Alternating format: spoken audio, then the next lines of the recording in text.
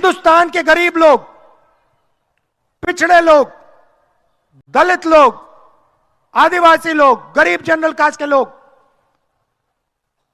अंग्रेजी मत सीखना, हिंदी सीखना। अंग्रेजी किसी को नहीं सीखनी चाहिए, हिंदी सीखनी चाहिए। उनके बेटों से पूछो, अमित शाह के बेटे से, अमित शाह से पूछो, बेटा आपका बेटा कहां पढ़ा, हिंदी मीडियम इंग्लिश मीडियम, कहेगा इंग्लिश मीडियम में पढ़ा।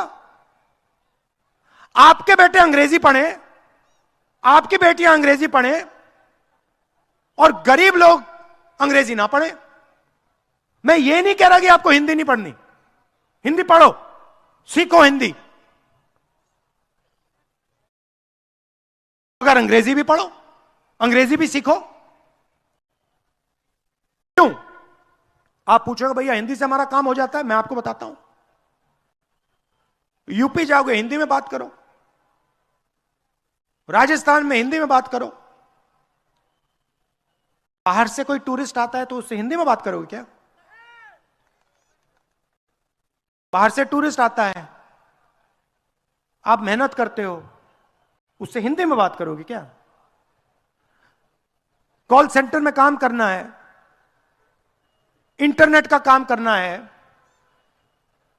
अंग्रेजी में होगी, काम अंग्रेजी में होगा।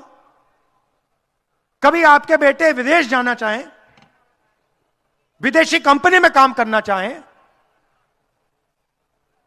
अंग्रेजी की जरूरत है। तो ये चाहते हैं कि दो हिंदुस्तान हो, एक अदानी वाला, उसमें सब लोग अंग्रेजी बोले, और दूसरा गरीबों का हिंदुस्तान जहां अंग्रेजी ना चले। आप उनकी नौकरियां ना ले जाओ, किसान का बेटा कॉल सेंटर में ना काम कर जाए, मजदूर का बेटा कंपनी ना खोल दे। इसलिए हमने जाल फैला दिया अंग्रेजी स्कूल का पूरे राजस्थान में। कहा कि अगर अमीर बच्चा अंग्रेजी पढ़ सकता है तो वो मौका गरीब बच्चे को भी मिलना चाहिए, किसान के बेटे को मिलना चाहिए। किसान का बेटा क्या, किसान का बेटा सपना देखे मैं पायलट बनना चाहता हूं, एक दिन मैं पूरी दुनिया में जाना चाहता हूं हवाई जहाज उड़ा के, क्यों नहीं? ये कहते हैं नहीं, दो हिंदुस्तान है, किसान को खेती करनी है, मजदूर को मजदूरी करनी है, अदानी जी को पैसा बनाना है। आखिरी बात, आपका पुराना पेंशन स्कीम नरेंद्र मोदी ने रद्द किया, हमने यहां पे लागू कर दिया।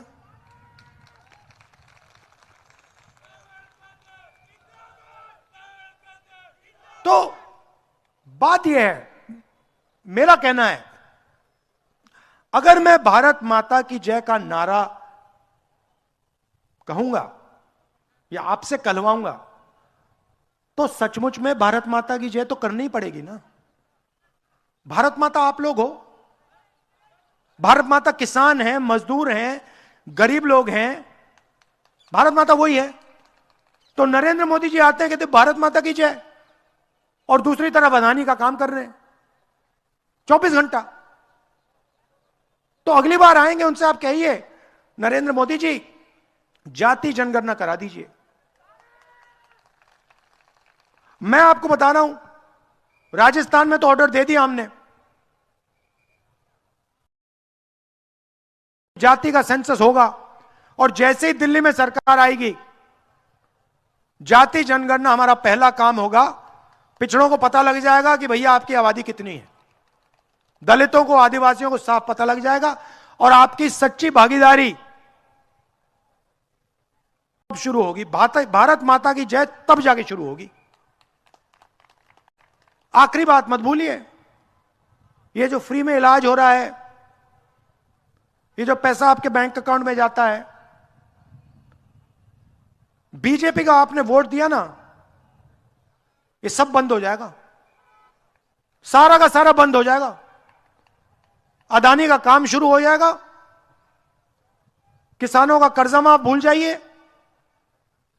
फ्री में इलाज भूल जाइए, 500 रुपए का गैस सिलेंडर भूल जाइए।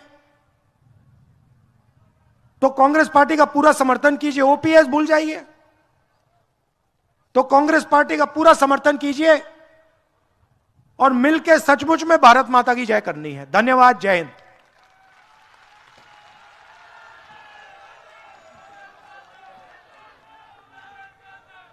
अब मैं हमारे बूंदी से विधानसभा प्रत्याशी जी हरिमोहन जी शर्मा से निवेदन कर रहा हूं कि वो धन्यवाद ज्ञापित करें। आदरणीय हरिमोहन जी।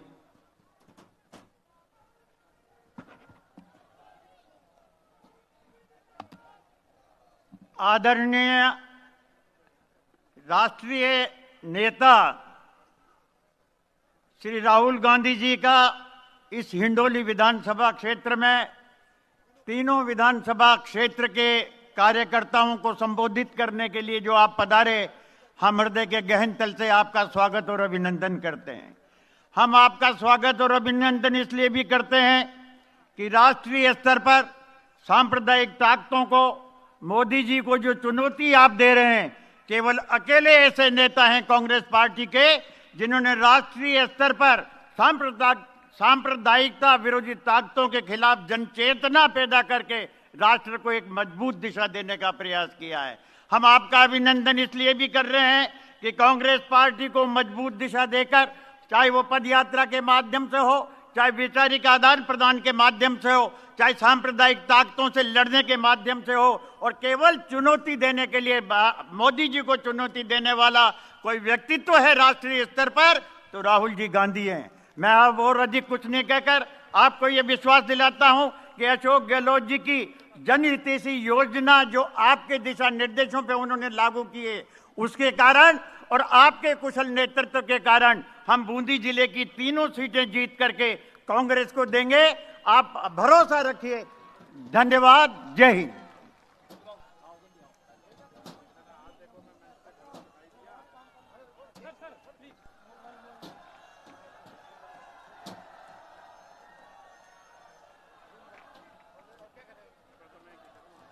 बहुत बहुत आभार आदरणीय राहुल जी।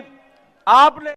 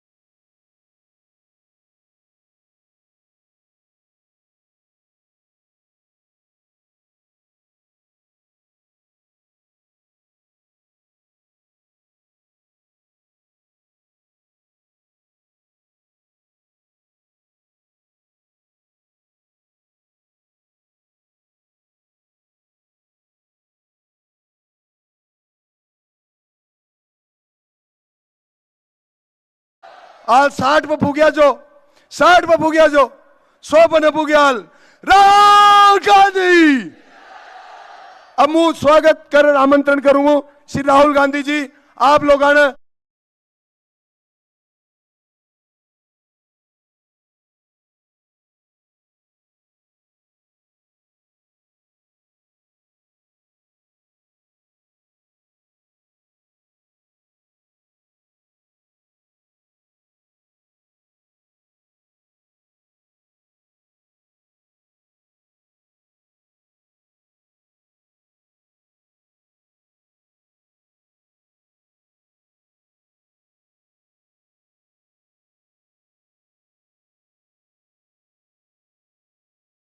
राहुल गांधी। आज 60 पर फूकिया जो 60 पर फूकिया जो 100 पर न फूकियाल राहुल गांधी। अब मैं स्वागत कर आमंत्रण करूंगा श्री राहुल गांधी जी। आप लोगों ने अपने दिल की बात बताओगा और वह बात राहुल गांधी जी की लहर गली गली में थाने जानो से 2-3 दिन। धन्यवाद।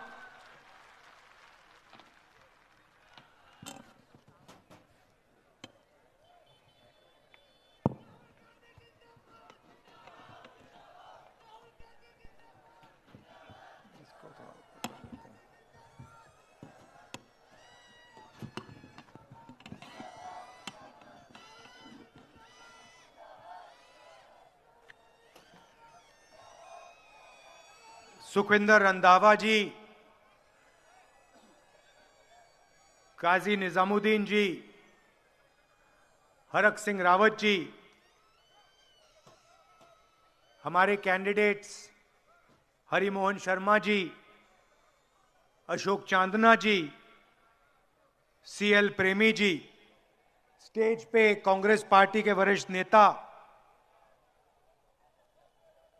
हमारे प्यारे कार्यकर्ता, भाइयों और बहनों, प्रेस के हमारे मित्रों, आप सबका यहां बहुत बहुत स्वागत, नमस्कार।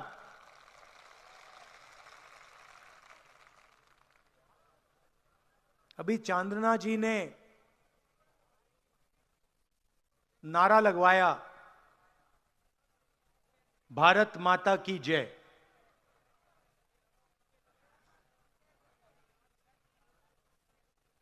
तो सवाल है, सब लोग ये नारा लगाते हैं, बहुत सुनने को मिलता है भारत माता की जय, मगर ये भारत माता है कौन? ये है क्या? सवाल है। जिसकी हम जय करते हैं, सब लोग करते हैं, मैं करता हूं, आप लोग करते हो, सब लोग करते हैं। तो ये भारत माता, ये है कौन? देखिए, ये भारत माता, ये धरती है, हां ना? हैगी? ये भारत माता इस देश के लोग हैं?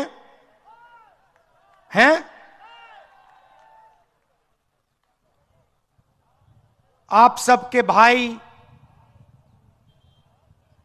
बहन, माता पिता,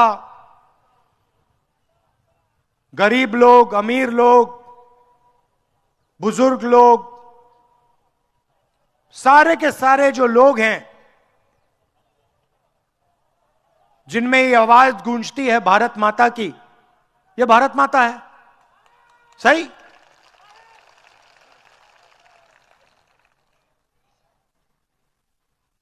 तो मैंने सिर्फ एक सवाल पूछा है। पार्लियामेंट हाउस में मैंने भाषण दिया और मैंने कहा कि देखिए, मैं जानना चाहता हूं, हम ये नारा रोज लगाते हैं, मैं जानना चाहता हूं ये भारत माता कौन है? कौन है ये भारत माता? मतलब ये लोग कौन है? कितनी आबादी किसकी है? आदिवासी कितने?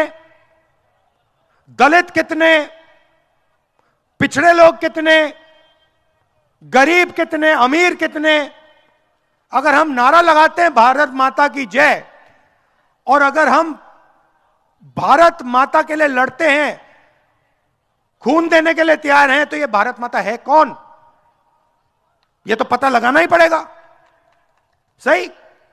अगर हमें मालूम ही नहीं इस देश में पिछड़े कितने, दलित कितने, गरीब कितने, तो भारत माता की जय का मतलब क्या है?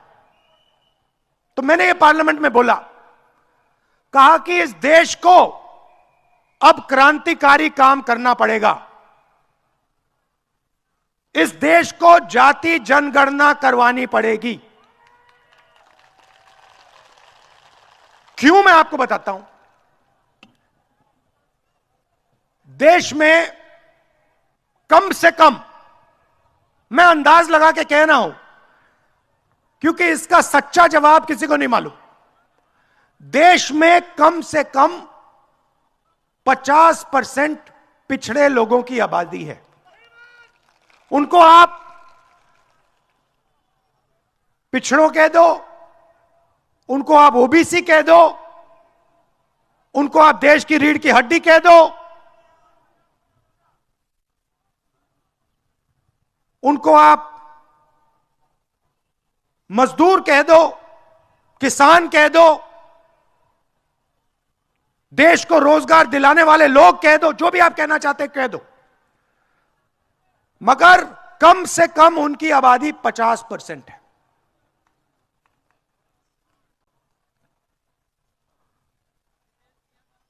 दलितों की आबादी 15%, आदिवासियों की आबादी 12 से 14%। मतलब भारत माता का सबसे बड़ा भाग दलित, आदिवासी और पिछड़ा है।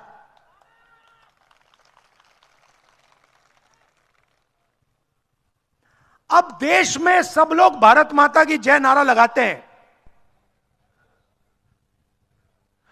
मगर देश को चलाने में भागीदारी ना पिछड़ों की है, ना दलितों की है, ना आदिवासियों की है। ये सच्चाई है। उदाहरण देता हूं आपको।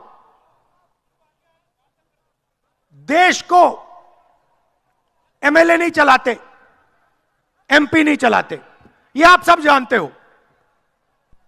आप किसी भी बच्चे से पूछो, भाई क्या करना चाहते हो बड़े होके? मैं भारत जोड़ो यात्रा में चला, 4000 किलोमीटर चला, हजारों बच्चों से मैंने यह सवाल पूछा, बेटा क्या करना चाहते हो? सारे के सारे कहते हैं हम तो भैया आईएएस में जाना चाहते हैं। सही गलत? सही है ना? मतलब देश का 10 साल का बच्चा जानता है कि देश को सरकार के अफसर चलाते हैं, देश को आईएएस के लोग चलाते हैं। एमएलए चुनाव जीतता है, चुनाव हारता है, एमपी चुनाव जीतता है, चुनाव हारता है, अफसर कभी बदलना नहीं जाता। एक बार वो आईएएस में घुस जाता है, पूरी जिंदगी वहां पे काम करता है। ताली बजा रहे हैं, बात समझ गए? अब देखिए, तो मैंने सवाल पूछा पार्लियामेंट हाउस में, नरेंद्र मोदी उस साइड, मैं इस साइड, मैंने सवाल पूछा, नरेंद्र मोदी जी एक बात बताइए, अगर आप कहते हो भारत माता की जय का नारा लगाते हो और आप हर भाषण में कहते हो मैं ओबीसी, मैं ओबीसी, मैं ओबीसी, तो मुझे एक बात बता दो, ये जो 90 अफसर हिंदुस्तान को चलाते हैं, जिसको हम secretary to government of India कहते हैं, कैबिनेट सेक्रेटरी कहते हैं, इनमें से ओबीसी कितने? इसमें से दलित कितने? इसमें से आदिवासी कितने? आप भागीदारी की बात करते हो, ठीक है, आज पार्लियामेंट हाउस में मुझे बता दो, देश को जो चलाते हैं उसमें से ओबीसी कितने, दलित कितने, आदिवासी कितने? नरेंद्र मोदी एक शब्द नहीं बोले, चुप हो गए। नहीं, सुनिए, क्योंकि आपको यह बात गहराई से समझनी होगी। नरेंद्र मोदी चुप हो गए और फिर अगले भाषण में नरेंद्र मोदी की जो सच्ची सोच है वो निकल आई। अगले भाषण में नरेंद्र मोदी कहते हैं, मित्रों, देश में कोई जात नहीं है, देश में सिर्फ एक जात है, वो है गरीब। बात समझिए, जब ओबीसी को भागीदारी देने की बात आई, जब दलितों को भागीदारी देने की बात आई, जब आदिवासियों को भागीदारी देने की बात आई, तो नरेंद्र मोदी कहते हैं भैया इस देश में ना ओबीसी, ना दलित, ना आदिवासी। जब चुनाव जीतने की बात आई, नरेंद्र मोदी जी कहते हैं मैं तो ओबीसी हूं भाइयों बहनों, मैं तो हूं ओबीसी। अरे या आप ओबीसी हैं या फिर इस देश में एक जात है, आप बता दो। भाइयों और बहनों, आप चौंक जाओगे। हिंदुस्तान का हर ओबीसी युवा चौंक जाएगा। 90 अफसरों में से 3 अफसर ओबीसी, 90 में से 3। आबादी 50%, मतलब कम से कम 45 होने चाहिए, हैं 3। जनसंख्या के मुताबिक ओबीसी के 45 होने चाहिए, हैं 3। और बात सुनिए, कौन से 3? छोटी छोटी मिनिस्ट्री के 3, कोने में पीछे बैठे हुए हैं। अगर ये 90 अफसर जो हिंदुस्तान के बजट को बांटते हैं, मतलब शिक्षा में कितना पैसा जाएगा 90 अफसर, स्वास्थ्य में कितना जाएगा 90 अफसर, यहां पे कनाल बनेगी 90 अफसर, नहीं बनेगी 90 अफसर, सेना को कितना मिलेगा 90 अफसर, शिक्षा में कितना, स्वास्थ्य में कितना 90 अफसर। अगर ये 90 लोग बजट को कंट्रोल करते हैं तो 3 लोगों को बजट पर कितनी भागीदारी है? सुनिए, अगर हिंदुस्तान की सरकार 100 रुपए खर्च करती है तो ओबीसी अफसर 5 रुपए का निर्णय लेते हैं। मतलब अगर हिंदुस्तान की सरकार 100 रुपए खर्च करती है तो ओबीसी अफसर जो 50% आबादी है,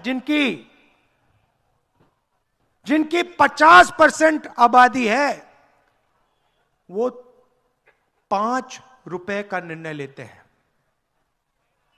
यह सच्चाई है भाइयों और बहनों। चलिए, यहां आदिवासी हैं तो मैं आपसे पूछता हूं 90 में से आदिवासी कितने? 90 अफसरों में से आदिवासी अफसर कितने? कोई बता सकता है? बताइए बताइए। 1। 90 में से 1 आदिवासी, 3 पिछड़े जात के और 3 दलित। अगर ओबीसी अफसर 5 रुपए का निर्णय लेते हैं तो दलित अफसर 1 रुपये का निर्णय लेता है और आदिवासी कुछ पैसों का निर्णय लेता है। दलितों की, आदिवासियों की, पिछड़ों की हिंदुस्तान में कोई भागीदारी नहीं है। अब चलिए राजनीति पे चलते हैं। सवाल पूछता हूं, नरेंद्र मोदी ने 14 लाख करोड़ रुपया हिंदुस्तान के सबसे बड़े अरबपतियों का कर्जा माफ किया है। 14 लाख करोड़ रुपया। भाइयों और बहनों, इनमें से ओबीसी कितने, दलित कितने, आदिवासी कितने, यह बताओ मुझे। 14 लाख करोड़ रुपया कर्जा माफ किया नरेंद्र मोदी ने। उसमें एक आदिवासी नहीं, एक दलित नहीं, एक पिछड़ा नहीं। मतलब हिंदुस्तान की 80% आबादी में से कोई नहीं।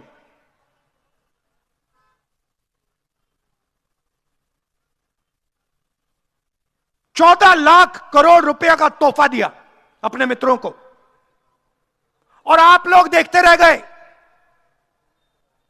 आपको पता भी नहीं लगा कि यार 14 लाख करोड़ रुपया 20-25 लोगों को नरेंद्र मोदी ने दे दिया। मीडिया का समय खरीद लिया, टीवी पे अपना चेहरा दिखा दिया, और दलितों से, आदिवासियों से, पिछड़ों से आंख के सामने चोरी की। पता नहीं लगा आपको? सुनिए, नारे बाद में लगाना, मैं आपको गहरी बात बता रहा हूं।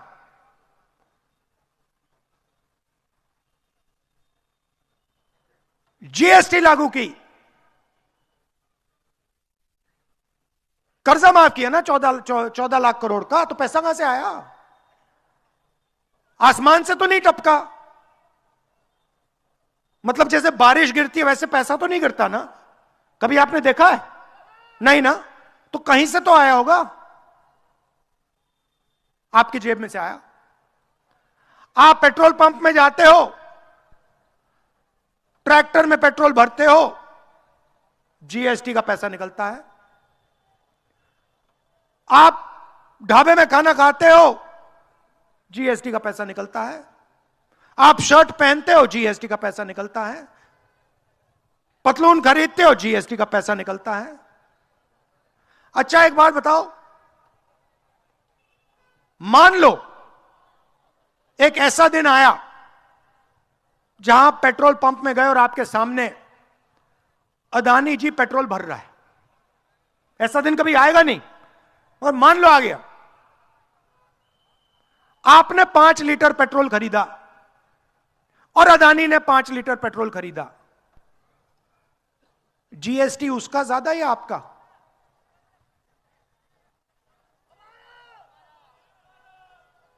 तो आप जीएसटी ज्यादा देते हो, आपकी आमदनी कम, आप उतनी जीएसटी देते हो जितना वो देता है। जीएसटी आपके जेब से निकल रहा है। किसके जेब से? पिछड़ों की जेब से, दलितों की जेब से, आदिवासियों की जेब से, गरीब जनरल लोगों के जेब से निकल रहा है। और 14 लाख करोड़ रुपया नरेंद्र मोदी ने 20-25 लोगों का कर्जा माफ कर दिया।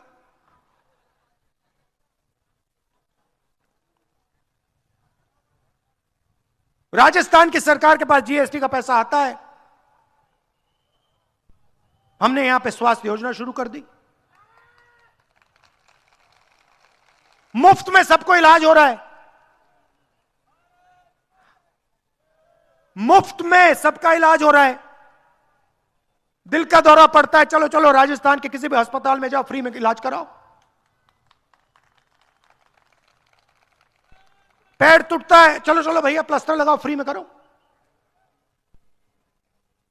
एक्सीडेंट सड़क पे होता है, भाई चलो इमरजेंसी में ले जाओ, फ्री में है राजस्थान में। कैंसर हुआ, लिवर की बीमारी हो, डायबिटीज हो, कुछ भी हो, कांग्रेस पार्टी की सरकार कहती है भैया हम तो मुफ्त में करवाएंगे, हम 1 रुपया नहीं निकलवाएंगे। ये हैं कौन जो अस्पताल में जाते हैं? 50% पिछड़े, 14% दलित, 12% आदिवासी। तो हमारा पैसा भारत माता की जेब में जा रहा है, आपकी जेब में जा रहा है। उनका पैसा अदानी जी की जेब में जा रहा है। सीधी सी बात है। नरेंद्र मोदी जी भारत माता की जय कहते हैं, उनको अदानी जी की जय कहनी चाहिए। काम तो उनका करते हैं।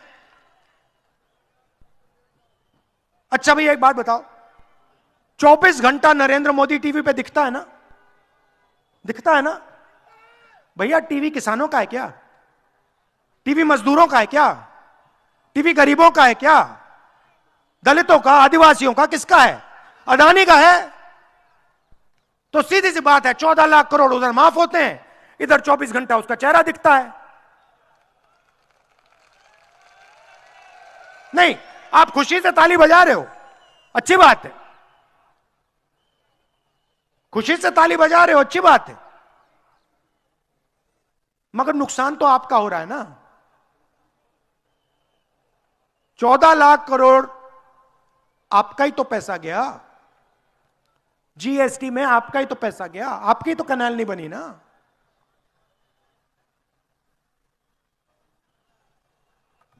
तो बिल्कुल साफ बात है, नरेंद्र मोदी, सुन लीजिए, नरेंद्र मोदी जाति जनगणना नहीं कर सकता। कुछ भी हो जाए, नरेंद्र मोदी नहीं कर सकता, क्योंकि नरेंद्र मोदी अदानी के लिए काम करता है। जाति जनगणना राहुल गांधी कर सकता है, कांग्रेस पार्टी कर सकती है।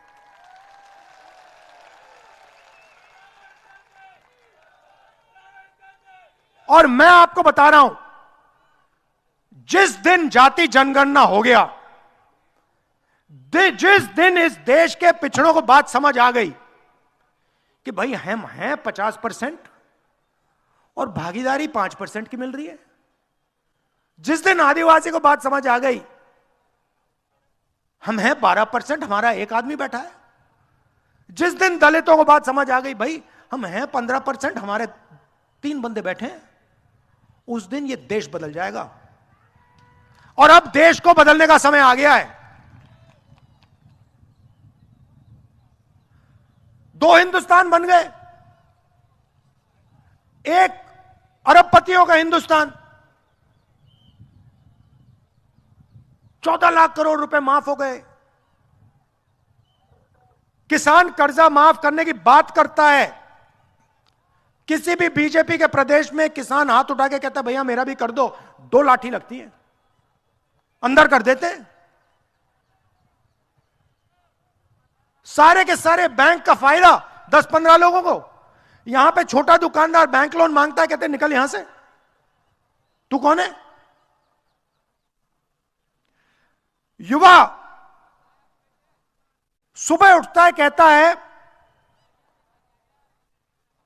मैं पढ़ाई करना चाहता हूं,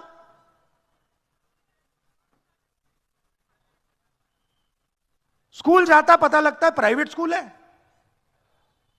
कॉलेज में जाता है, लाखों रुपए उठा ले जाते हैं। मुझे एक कुली मिला, रेलवे स्टेशन में कुली मिला एक मुझे, मैंने उससे कहा कैसे हो? कहता है राहुल जी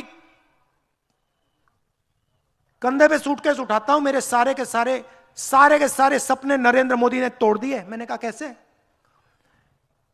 कहता है राहुल जी मैंने इंजीनियर बनने का सपना देखा था, पापा से पैसे लिए मैंने, पापा मजदूरी करते हैं, पापा को तंग किया मैंने, 10 साल तंग किया, पापा मुझे पैसे चाहिए, इंजीनियर बनना है, पापा मुझे पैसे चाहिए, इंजीनियर बनना है। पापा के घुटने गायब हो गए, चल नहीं सकते। प्राइवेट कॉलेज में मैं गया, पढ़ाई की, अच्छे नंबर आए, सिविल इंजीनियर की मैंने डिग्री ली, आज मैं कुली का काम कर रहा हूं। ये एक नहीं है, ऐसे करोड़ों युवाएं देश में जिनको हर रोज ठगा जा रहा है। कौन है? पिछड़े हैं, दलित हैं, आदिवासी हैं, गरीब जनरल कास्ट के लोग हैं। हिंदुस्तान के बड़े उद्योगपतियों में से मुझे आप एक ओबीसी दिखा दो, भाषण बंद कर दूंगा। एक दलित दिखा दो, एक आदिवासी दिखा दो, भाषण बंद कर दूंगा। आंख के सामने चोरी हो रही है 24 घंटा। इसलिए हम एक हिंदुस्तान बनाना चाहते हैं। हमें नहीं चाहिए अदानी का हिंदुस्तान, हमें भारत माता की जय वाला हिंदुस्तान चाहिए, जिसमें पिछड़ों, दलितों, आदिवासियों की इज्जत हो। ठीक है, 90 में से पिछड़ों को 45 ना मिले, अरे 25-30 तो मिले, शुरुआत तो हो। इसलिए राजस्थान की सरकार ने 7 गारंटी दी है। और गारंटी का मतलब नरेंद्र मोदी वाली नहीं कि भैया 15 लाख रुपए बैंक अकाउंट में डाल देंगे। कोविड के समय भैया थाली बजाइए, थाली बजाइए, मजे लीजिए, थाली बजाइए, चलिए थाली बजाइए, मोबाइल फोन की लाइट ऑन करिए, वहां लोग मर रहे हैं, लाखों लोग मर रहे हैं, लाशों का ढेर सामने पड़ा है। कोविड लोगों को मिलने से बढ़ता है। नरेंद्र मोदी ने सबको बाहर निकाल के नचा दिया एक साथ, चलो नाचो, कोविड फैलाओ, मरो। और मीडिया वाले वाह वाह कर रहे हैं पीछे से, कमाल की बात है, मोदी जी ने थाली बजवा दी, थाली बजवा दी। अरे हां, पिछड़ों को मरवा दिया, दलितों को मरवा दिया, आदिवासियों को मरवा दिया, गरीब जनरल कास्ट के लोगों को मरवा दिया। यही तो हो रहा है। तो 7 गारंटी दी है। मैंने अपने सब चीफ मिनिस्टर को कह दिया, एक हिंदुस्तान बनाना है। जितना पैसा नरेंद्र मोदी जी ने अदानी जी को दिया है, इन लोगों को दिया है, उतना पैसा गरीबों की जेब में डालना है। खत्म कहानी। लो,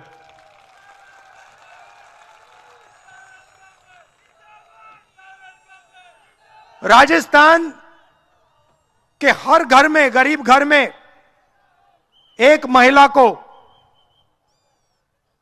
हर घर में एक महिला को 10,000 रुपए साल का गारंटी करके बैंक अकाउंट में। 1200 कितने का, सिलेंडर कितने का है? नहीं, आज कितने का है? 1100 का है ना। तो मैं आपसे चुनाव के बाद, आप लिख लो, महिलाएं जो आई हैं यहां लिख लो, चुनाव के बाद 500 रुपए का आपका गैस सिलेंडर हो जाएगा।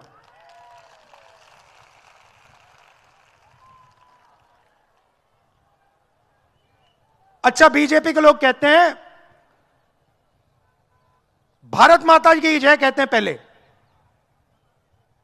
फिर कहते हैं भारत माता की जय, मगर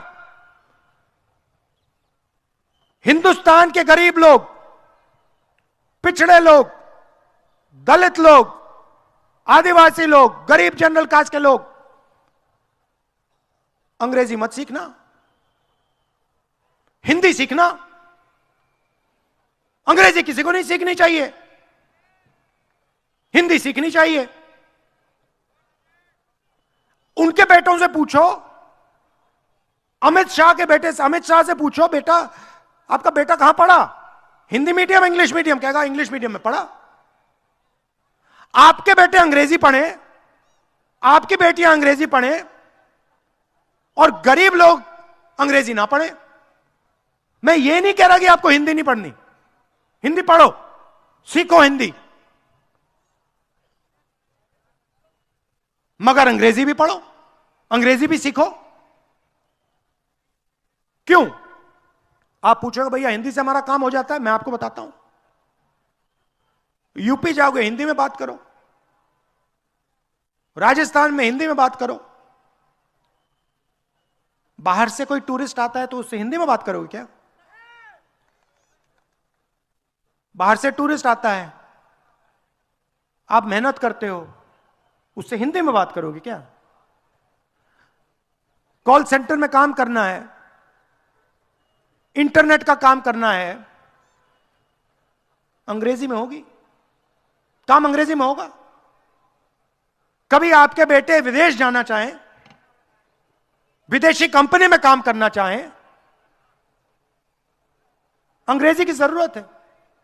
तो ये चाहते हैं कि दो हिंदुस्तान हो, एक अदानी वाला, उसमें सब लोग अंग्रेजी बोलें, और दूसरा गरीबों का हिंदुस्तान जहां अंग्रेजी ना चले।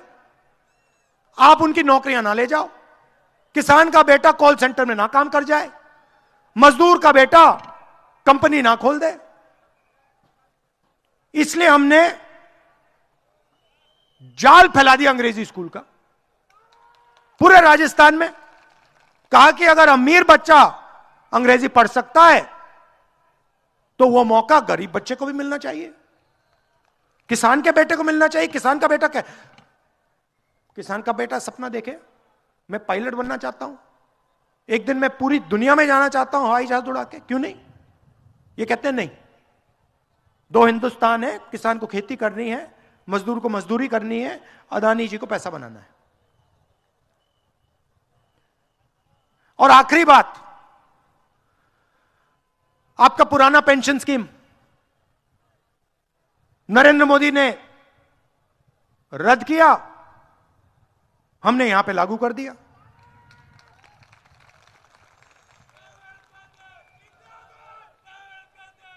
तो बात यह है, मेरा कहना है, अगर मैं भारत माता की जय का नारा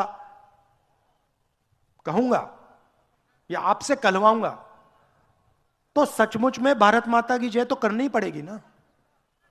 भारत माता आप लोग हो, भारत माता किसान हैं, मजदूर हैं, गरीब लोग हैं, भारत माता वही है। तो नरेंद्र मोदी जी आते हैं कहते भारत माता की जय, और दूसरी तरफ अदानी का काम कर रहे हैं 24 घंटा। तो अगली बार आएंगे उनसे आप कहिए नरेंद्र मोदी जी जाति जनगणना करा दीजिए। मैं आपको बता रहा हूं, राजस्थान में तो ऑर्डर दे दिया हमने कि जाति का सेंसस होगा, और जैसे ही दिल्ली में सरकार आएगी जाति जनगणना हमारा पहला काम होगा।